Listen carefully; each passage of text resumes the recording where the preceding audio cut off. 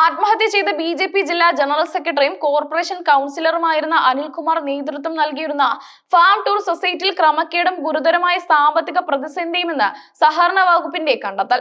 ചട്ടവിരുദ്ധമായി നിക്ഷേപകർക്ക് പലിശ നൽകിയത് ഉൾപ്പെടെയുള്ള സാമ്പത്തിക തിരിമറികൾ റിപ്പോർട്ടിൽ ചൂണ്ടിക്കാണിക്കുന്നു. അതേസമയം പാർട്ടി നേതൃത്വത്തിനെതിരെ ആത്മഹത്യാക്കുറിപ്പ് എഴുതിവെച്ചതിനെക്കുറിച്ചും മറ്റ് ആരോപണങ്ങളെക്കുറിച്ചും പോലീസ് അന്വേഷണം തുടരുകയാണ്. തിരുവനന്തപുരം നഗരത്തെയും ബി.ജെ.പി. പ്രവർത്തകരെയും ഞെട്ടിച്ചുകൊണ്ടാണ് തിരുമല വാർഡ് കൗൺസിലറും ബി.ജെ.പി. നേതാവുമായ അനിൽകുമാറിന്റെ മരണം പുറത്തു വന്നത്.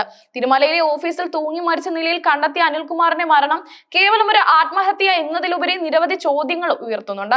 മരണത്തിന് തൊട്ടുമുമ്പ് അദ്ദേഹം എഴുതിയ ആത്മഹത്യാക്കുറിപ്പാണ് ഈ സംഭവത്തിന് രാഷ്ട്രീയ മാനം നൽകിയത്.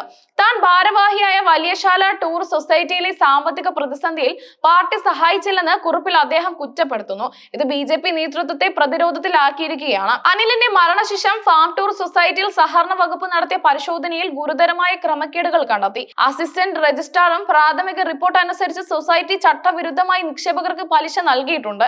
ഈ നടപടി സൊസൈറ്റിക്ക് 14 ലക്ഷം രൂപയുടെ നഷ്ടമുണ്ടാക്കി. നഷ്ടം പലിശ സഹിതം സൊസൈറ്റി സെക്രട്ടറിയായിരുന്ന അനിൽകുമാറിൽ നിന്ന് ഈടാക്കുമെന്നും റിപ്പോർട്ടിൽ പറയുന്നുണ്ട്. ഇത് അനിൽകുമാറിന്റെ സാമ്പത്തിക സമ്മർദ്ദത്തിന് പ്രധാന കാരണമായിരിക്കാമെന്ന് അനുമാനിക്കപ്പെടുന്നു.